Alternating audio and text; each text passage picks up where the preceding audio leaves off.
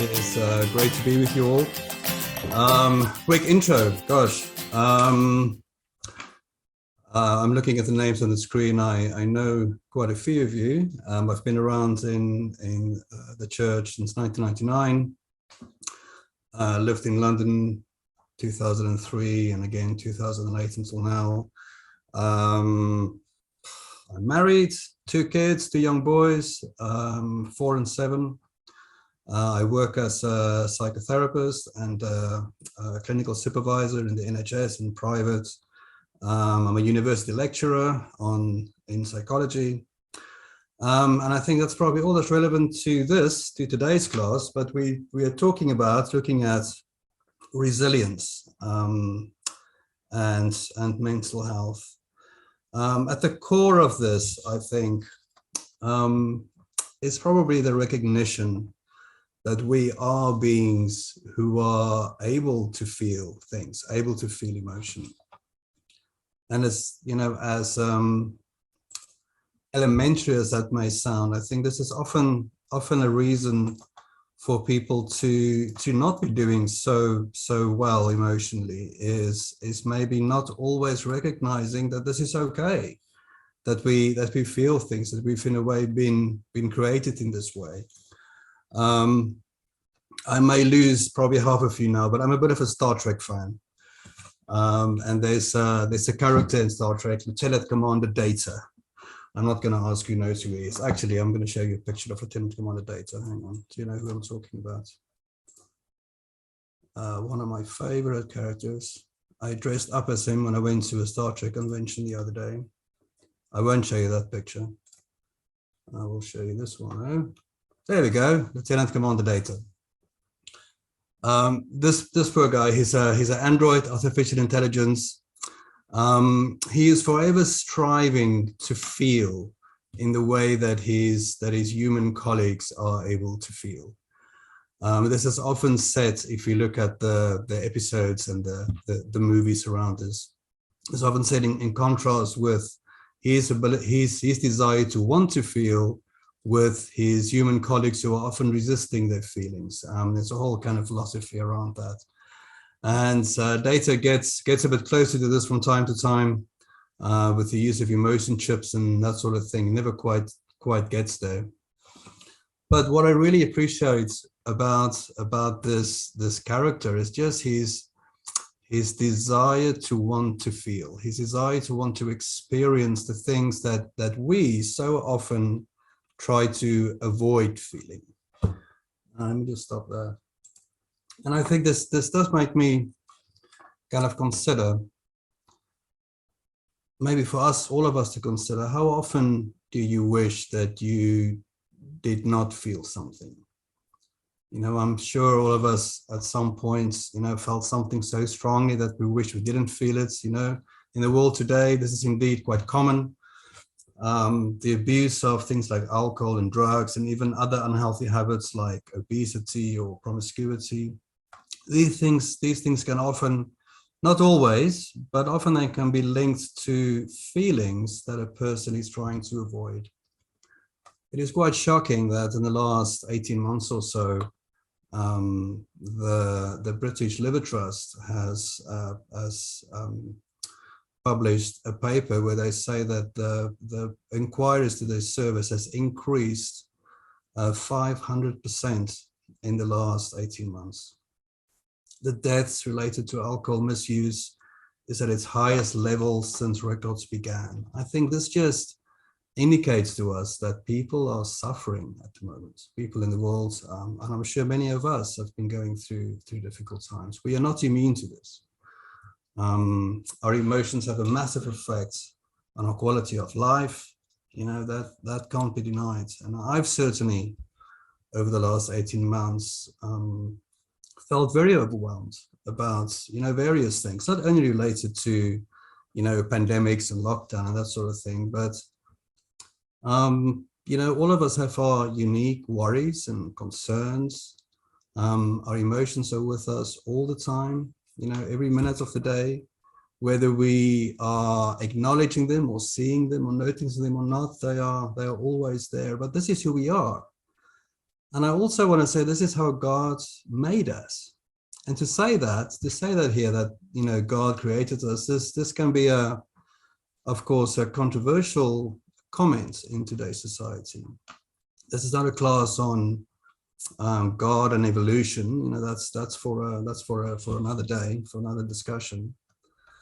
But I do want to briefly say something about this. You know, everything that I learn about the way that the mind and the body works, you know, everything I'm learning about biology and neuroscience, all of this only strengthens my belief and my view that there's a creator involved in our development. There's just, you know, if we consider the millions, the billions of variables involved in us being thinking, feeling, sentient beings, you know, it is simply completely implausible that we evolved by random chance. Now, I accept that this is a controversial statement, and there are surely many who will disagree with me on this. But as I said, that's a topic for another time. I'm not disputing evolution. I'm just saying that I cannot believe that evolution occurred by random chance, looking at the impossible convergence of so many factors. There had to be a creator involved. But back to our emotions. What are we supposed to do with all of this? What are we supposed to do with the fact that we are feeling individuals, and often where these feelings can often have a negative impact on our well-being and the way that we feel and the way that we act, and the way that we are in the world? Now, I wish there was a magic answer to this. Of course, there isn't. But I do hope that as we look at you know, something from the scriptures today, that we can get a bit of a glimpse about what we could do with this, and maybe what the purpose of it all is. And I also want to briefly later on just touch on a few research theories of personality that I hope will be helpful to us. But looking at the scriptures, I want us to look today at a psalm, Psalm 3. I'll put that on the screen a bit later. But the Psalms in general, they are great to help us deal with our emotions. One of the things I think that they can teach us is how to properly process our emotions and to not deny them. Psalm 3 is a great example of this. You know, something that we can sometimes hear, and I think often in Christian circles, this happens. We can say this explicitly or implicitly sometimes. You know, we can say that to look at whatever situation we face, and there can be this desire to turn that, you know, whatever we feel into joy or faithfulness. You know, no matter what the situation is, there might be a tendency to say, hey, you just have to have faith. You know, you just have to be joyful.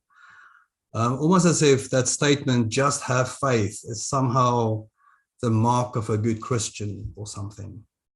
You know, but as we read many of the Psalms, we find something quite different. You know, the Psalms teach us to be realistic about our frustrations and our fears and our sin and our disappointments and our anger, you know, as well as our hope and our joy. They teach us to take things to God and not to deny our emotions. In fact, to not say things like, it is wrong to feel this emotion, or if only if I had more faith, I would not feel like this. If only I prayed with more faith, God will look at me with favor and take away this pain, or it's because of my own weakness that I can't overcome this. No, this is not, I don't believe this is what God wants for us. You know, God created us with these emotions. He will certainly not, after creating us like this, then disapprove of us having emotions. And we know, of course, the Bible also teaches that, you know, in our anger, do not sin. And that's something we can look at. But that doesn't remove us from the feeling, in this case, of anger, for example. The feeling is still there. That's undeniable. And although, you know, we can look forward to, you know, this direction of feeling love and joy and peace, you know, those fruits of the Spirit that we read about, that is probably the direction we want to go in. But it doesn't mean we will not feel disappointment, discouragement, sadness, and pain along the way. You know, if we are telling ourselves, I should not be feeling this, and we deny the feelings of fear and dread, whatever it might be, you know, that is not going to be helpful in the long run. I don't believe we can just skip over feelings that we don't like or don't want and force ourselves to be joyful. That may work momentarily, I suppose. You know, momentarily we can get ourselves into a happy state, but it's not going to be useful in the long run. But looking at Psalm 3, it's a Psalm of David. You know, it was written, he wrote it when he was fleeing from his son, Absalom, who was trying to kill him. You can read the whole account of this in 2 Samuel 15. So Absalom has formed a coup, and, you know, David is fleeing from his own son, who has taken away his kingdom and his rule and his status as king. And now Absalom and 12,000 soldiers they are chasing David down to kill him, right? This is undoubtedly a very tough thing for David to be dealing with emotionally. You know, his own son trying to kill him. I can only imagine the sense of pain and rejection, betrayal he must be feeling. Conflict arises. That's when these patterns, these schemas begin to Is anyone? themselves. Oh, I can hear something in the background there. Never mind. I was about to say that I've got two boys, 4 and 7, and I can certainly feel at times that they are organizing a coup against me. They are most certainly often as violent as 12,000 soldiers, especially if they need to be doing something, or I'm asking them to be doing something they're not supposed to. But still, it doesn't compare to what David must have been feeling at this time. In Psalm 3, this is the third one, so there's obviously before the Psalm 1 and 2. In Psalm 1, we see Psalm 1 teaches us that we should focus our thinking on God's word. Psalm 2, that we need to acknowledge God as King. And then very quickly we get to Psalm 3, which shows us that everything is not always going to go our way when we walk with God.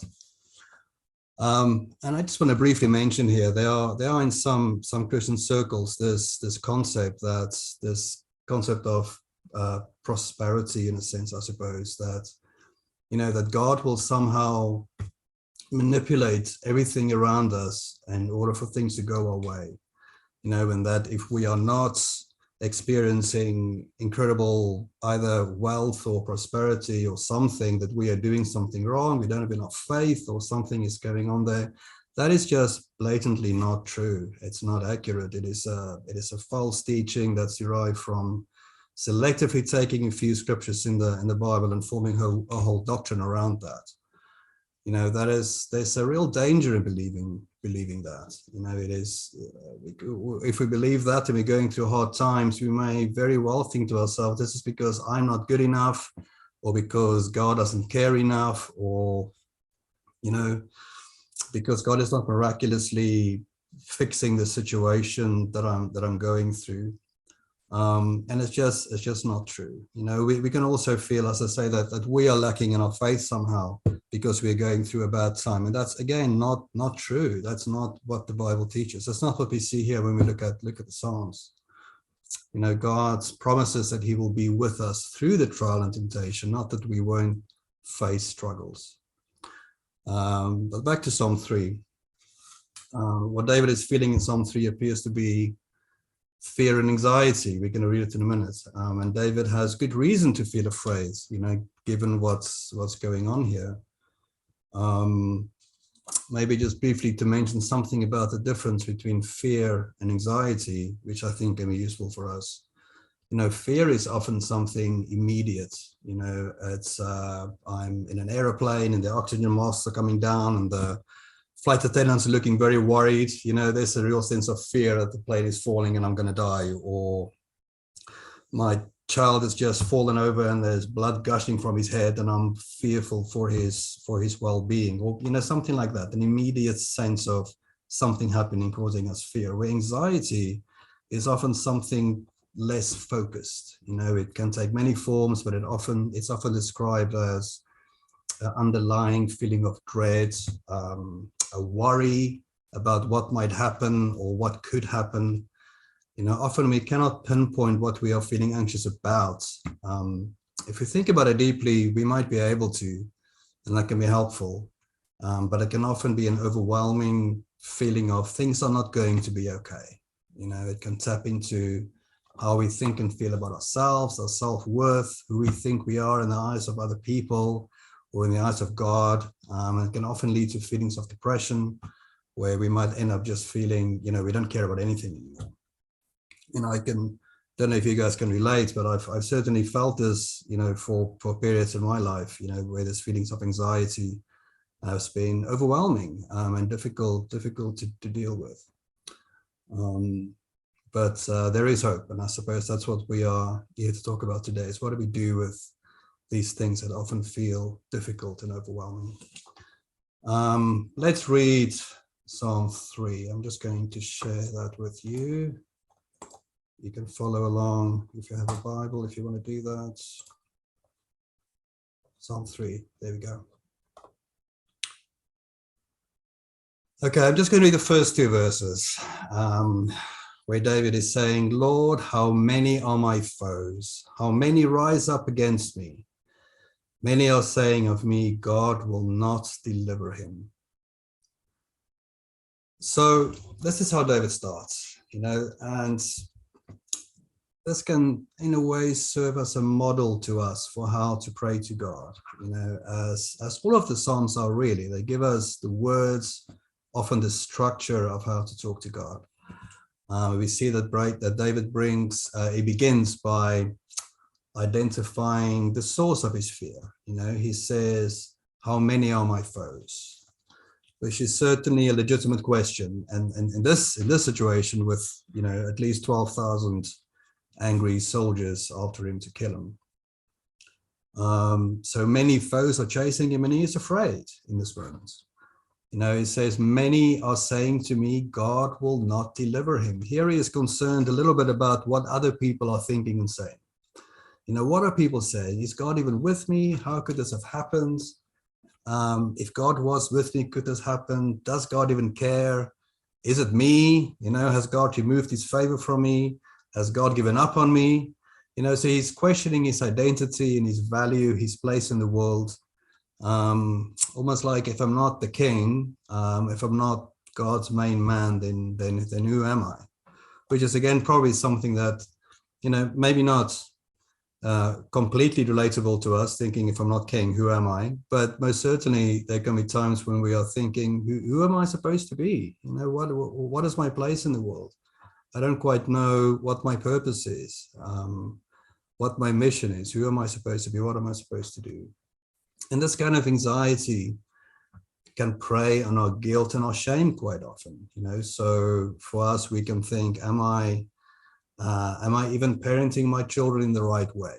Am I, if I'm a Christian and I want to, present God to the world, am I doing that well enough? Am I making a difference in the world? So just a general feeling, am I good enough? I noticed John and Karen Louis doing their talk on good enough parenting in one of the other tracks there today. And he might speak more about that tomorrow, but it's that kind of concept. Am I good enough? And when we don't feel good enough, that can often lead to a sense of overall anxiety. And this is probably where David is, in this moment. He's full of fear, anxiety. Now he could in this moment say, okay, it's all fine. God is good all of the time. I'll go and sing a song of praise and gratitude and forget that I'm feeling this way, and that will make it all go away. And that may work occasionally, but I think that if we consistently want to skip over these, let's call them unwanted feelings, it will get very tiring. We cannot always skip to the faith and the joy part without facing the difficulty. It comes back a bit to what I said right in the beginning, is what is the, I was thinking about, what really to touch on in terms of growing our resilience and our mental health. And one of the things that I've just seen over and over in my work as a therapist is this idea of just recognizing and acknowledging to ourselves and accepting that we are feeling these things, and then perhaps going deeper to discover what they are. It is that recognition that can make the difference. But what does David do after this? So in verse 3 there we see, he says, "But you, Lord, are a shield around me, my glory, the one who lifts my head high. I call out to the Lord, and he answers me from his holy mountain." So this is David's next step. He reminds himself of who God is. He doesn't get down on himself for feeling the way he feels. He accepts how he feels, and then he also accepts who God is. And this is a pretty abrupt change from the previous two verses. So we see David accepts his feelings of fear and dread, verse 1 and 2. He doesn't deny them. And he then also chooses to focus on who God is. He knows that although he's feeling the way he does, and although the situation is overwhelming, God needs to be the closest thing to his heart. The fear isn't going away, but he appears to know that what he knows about God needs to be closer to his heart and mind than the fear about the situation he's in. And he says also here that God is his shield around him, which, again, God is not teleporting him out of this situation. That is, it is not taking away the immediate danger. But it says God is his shield, meaning that while he's in this difficulty, there's even this dangerous, this massively overwhelming situation, God will be his comfort, his protector, his shield during this assault. And he also said that God is his glory. And this is an interesting word, because the word glory describes a sense of significance. And it's about giving God the glory. It's about recognizing that God is the most significant thing to us. It is about status and significance. It's about the level of importance of where we place God. And David is recognizing that he no longer has anything that gives himself glory or significance. His kingdom is gone, his family is gone, his status is gone. God is his only glory, his only significance. And here we can think a little bit about where do we sometimes place our find our significance. Where do we look for significance in our lives? And this is most certainly, I know we are talking here from a spiritual perspective. We're speaking from a perspective of placing our faith in God, but even beyond that, the concept of where we place our security is an important concept, because it is important to know that everything in our lives is fleeting. The things about wealth and family and health and all these things are absolutely fleeting. We can certainly speak to any person on his deathbed, and he will kind of attest to this, that none of that stuff really matters. So where we put our security, where we find glory in this sense or significance, is a really important thing to consider. But David also says in verse 3 that to God it says, "You are the one who lifts my head high. You are the one who brings me worth and value and confidence. Now I have no reason to be confident in anything but God." So it's that consideration of not putting our confidence disproportionately in things that are fleeting, things like jobs and health and wealth and all these type of things. Of course, those things are going to be important to many of us, and of course they're going to bring us a sense of peace and contentment and joy, but placing them in perspective is really important. Not constantly thinking, if I have that thing, then I will be happy. This is often something when I speak to people who are perhaps single. If I find a relationship, then I will be happier or at peace. Or if I have children, I will be happier or at peace. Or if I get that job, I will be happier or at peace. And unfortunately, that is, I'm not saying that will not bring some joy and peace. Of course it will, but it is putting peace, it is putting importance in something that is not secure, that is fleeting. And it's just, we can't sometimes stop ourselves from doing that, but it's just worth being aware of what we're doing when we're doing that. To be aware that those things may not, ultimately bring us the joy and the contentment that we so desperately seek. And as I'm saying this now, I'm just thinking, I don't want to create a whole bunch of, well, where does that leave us? So surely we are talking here about resilience and growing our mental health. And this is, I think, a much, much bigger topic than I can cover in this hour. Yeah, I'll leave that there for the moment. The thing that brings David confidence here, if we look at verse 4, where he says, I call out to the Lord and he answers me from his holy mountain. David is looking here at where does his confidence come from? He comes from the holy mountain, which is a temple. It's a place of God's presence. It's a place where sin is covered over and forgiven. And this is what God can do for us. This is who God is. This is what can give us confidence. God looks at us from his holy mountain and he says, no, you're not perfect. Yes, you mess up sometimes, but guess what? I forgive you. And in fact, I love you so much that I humbled myself to your level. I took all of your sin on me. I paid the price for you. I forgive you. This is what gives us confidence. We read in Hebrews 4, verse 16, that it says that we can approach the throne of God, the throne of grace with confidence, so that we may receive mercy and find grace to help us in our time of need. We then see David taking the next step in verse 5 and 6, where he says, now I lie down and sleep. It's almost like he gets to a place of calm. I wake again because the Lord sustains me. I will not fear, though tens of thousands assail me on every side. And David has placed his focus back on God. He knows that God is immovable. The foes are still coming. The source of his fear is still there. But David finds himself calm in the knowledge of the greatness and the glory and the significance of God. And then the next thing he does in verse 7, where he says, arise, Lord, deliver me, my God. Strike all my enemies on the jaw. Break the teeth of the wicked.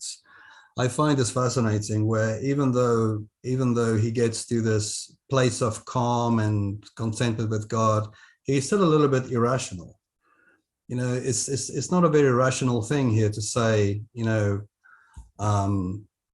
break the jaws of the wicked. We can look at that and say, come on, David, that's not a very loving or forgiving thing to think, or that's not what Jesus would do, or it's not your place to have vengeance. Surely that's God's place to make a decision about these things. But I think what this shows us is that just because David is coming to a place of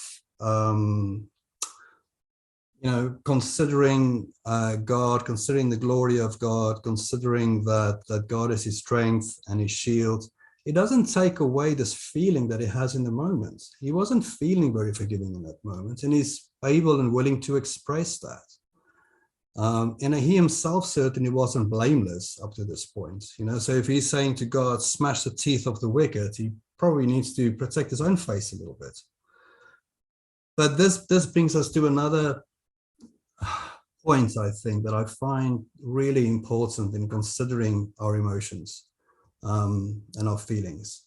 It's this concept of everything we feel is valid, even though everything we feel is not always rational. But just because something that we feel is not rational doesn't mean that it's not valid. And I want that to sink in a little bit, because we can often think to ourselves, I'm not supposed to feel this way. Or, you've probably heard this in statements made in conversation, or when someone is feeling overwhelmed or sad, or, we often hear this when someone is crying. What is a common response? Oh no, don't cry.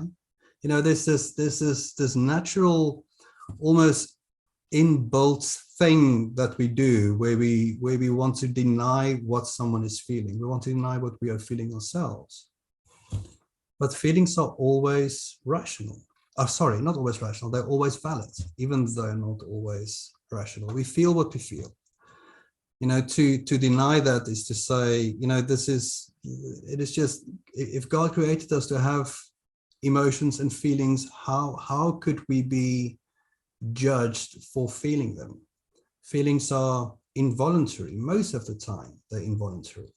If you're feeling angry, you're feeling angry. If you're feeling sad, you're feeling sad. If you're feeling discouraged, you're feeling that. If you're feeling hatred, you're feeling that. All the feelings that we feel are involuntary. But as I say, we have been conditioned so often as adults to not feel. And we can be very quick to want to help other people as well to feel better. When our friends are going through a hard time, I really believe that our role in supporting that person is not to make them feel better. That's not what we, that's not our job. It is not, I do not believe that it's our job to put a positive spin on things all the time, or we often do this by trying to put things in perspective, or to focus on the positive, and this is one I personally find most off-putting, and just irritating sometimes, is this offering of unsolicited advice. Someone is going through a hard time, so I'm going to tell you how to feel better, because here's what I did in my life and I felt better, so when I tell you this, you're going to feel better as well. Now, advice from others can, of course, be very helpful, but we have to recognize that when someone is going through a tough time, unless they specifically ask us, advice is not always what they need. And it may not be what we need when we are going through a hard time. It's often best just to try and find out what is it that person needs, or for you to be able to express what it is that you need when you're going through that time. But in most cases, what we desire from others when we go through a tough time, I really think it's just empathy. It is empathy and understanding. Just like we see the example of Jesus when he was with the family of Lazarus after he died. Jesus was crying with them, even though rationally, logically, Jesus knew that, death in the bigger scheme of things doesn't really matter. He was even going to raise Lazarus from the dead, but he felt with them. He empathized with them. And I think that's really important for us in a human connection perspective. As we learn from the Psalm here, from Psalm 3, we do not need to deny what we feel. The feelings are valid.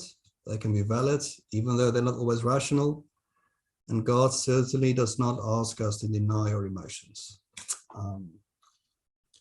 David takes his feelings to God, and even though the situation feels unbearable, he trusts that God will not, God will do the right thing, whether it makes sense to him or not. In verse 8, he says, "From the Lord comes deliverance. May your blessing be on your people." And we see David move on in faith. He's now reminded that deliverance doesn't come from himself. And this deliverance is, of course, not necessarily from the immediate situation, but deliverance from, from a spiritual perspective, deliverance from sin. Just like Shadrach, Meshach, and Abednego, when they were thrown into that furnace, and they said to the king, God will deliver us from this, but even if he does not, we want you to know that we will not serve your gods or worship the image of gold you have set up. They say that even if he does not. And that's an important point, again, I think, to know that, as we spoke earlier about this concept of prosperity and God taking away difficulties in our life, that is not necessarily how this works. And even if God doesn't deliver us, it doesn't take away our ability to feel a sense of peace and contentment with God. But we are facing, I'm just trying to think about making this a bit more practical. I suppose we are facing many things, many hardships. Many of us are facing incredibly tough situations. The scriptures tell us that we can go to God and say, here are my honest, true feelings right now. We don't need to try and pretend that we're not feeling them. Our feelings are valid, as I said earlier. They are often not something we can control. We can't by sheer will not feel something.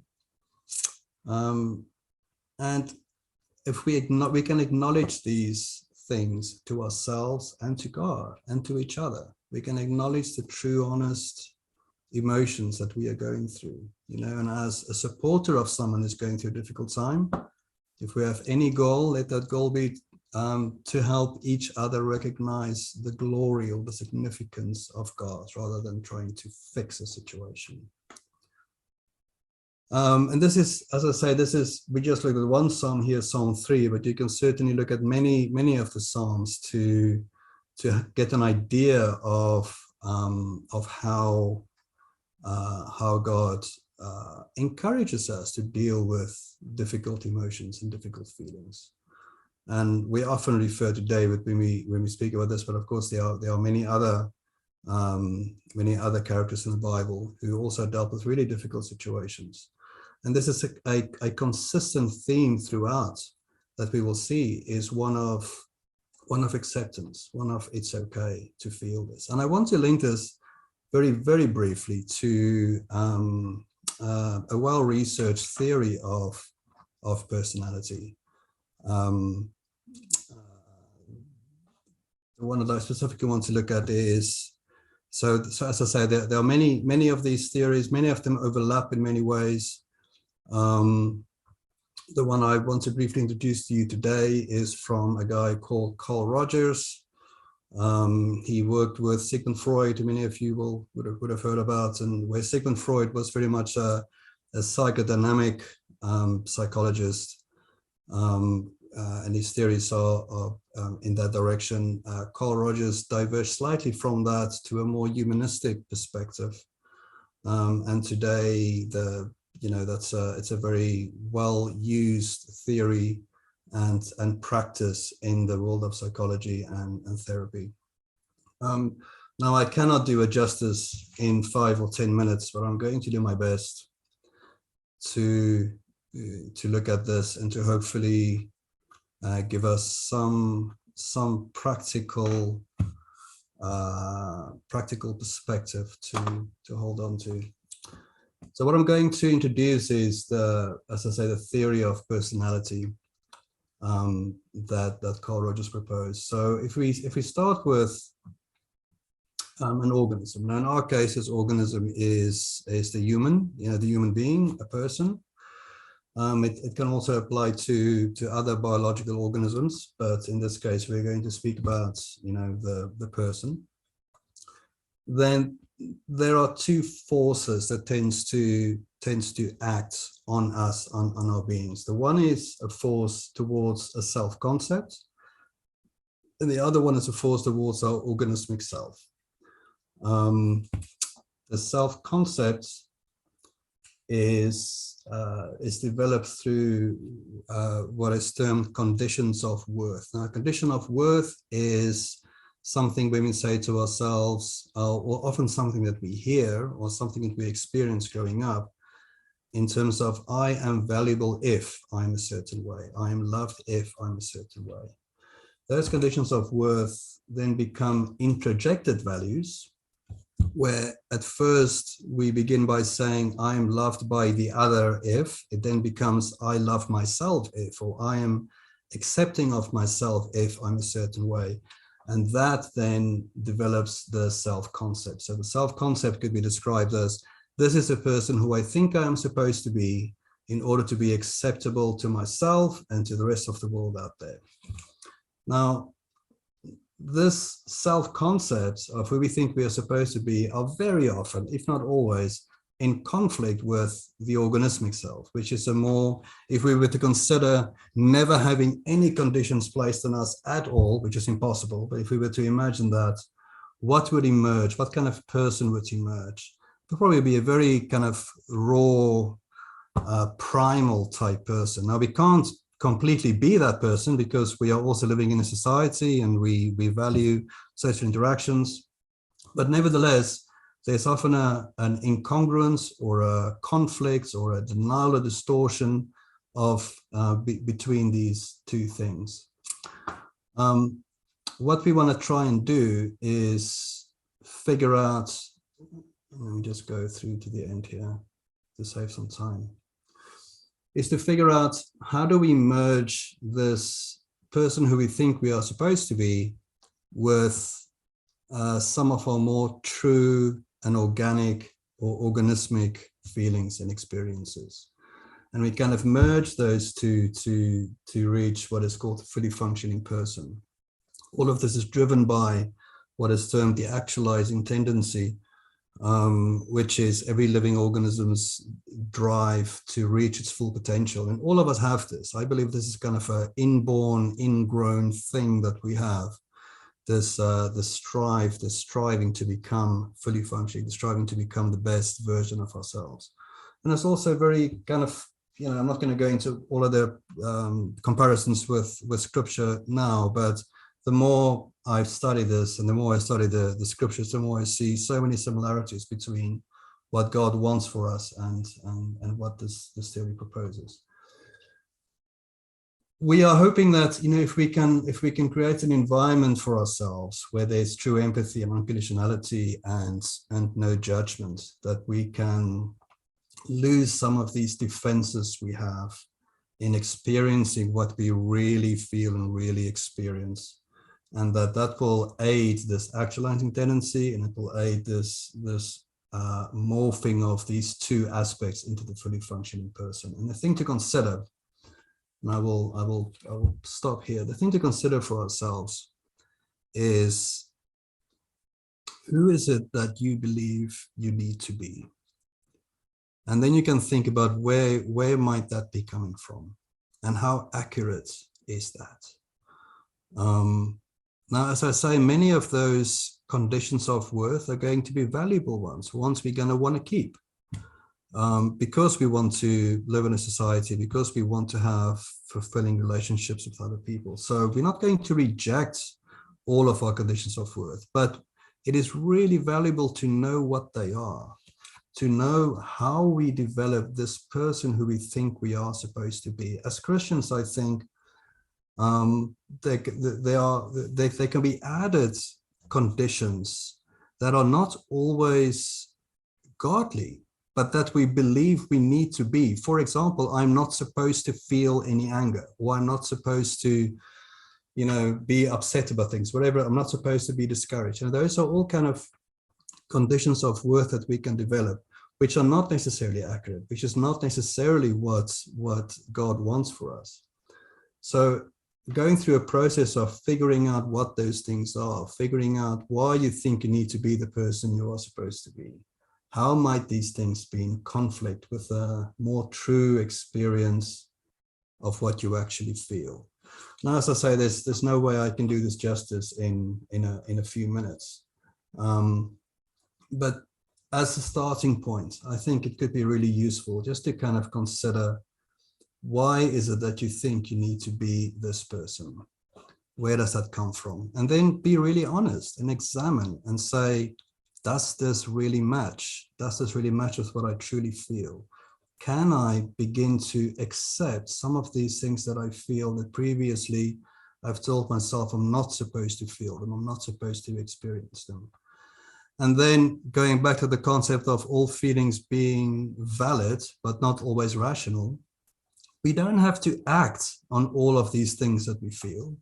It's not a case of, I feel like I want to, when I think about my little boy, I feel like I want to beat my brother over the head with a bat, so I'm going to do it. That's not what I'm saying. It's not about just acting on these things, but it's about recognizing, gosh, I feel this. I mean, isn't it amazing when you spend time with kids? You know, they can be so expressive about their feelings, can't they? You know, they can be, you know, a spoon dropped on the floor and it is just the end of the world. Or my brother got to the top of the stairs first before me, and it is the absolute end of the world. Now, that disappointment because my tower of blocks fell over is very, very real for that child.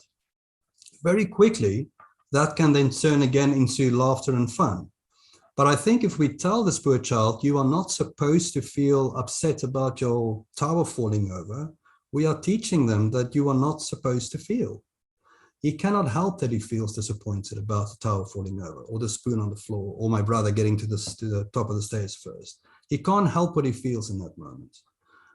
If we can acknowledge our own disappointment, anger, fear, whatever these we term negative emotions, if we can acknowledge them, we can then choose what to do with them. We can then decide, you know, what do we, you know, how do we act. But I'm gonna pause there. Looking at the time is 12:30 now. I want to give some time for general discussion.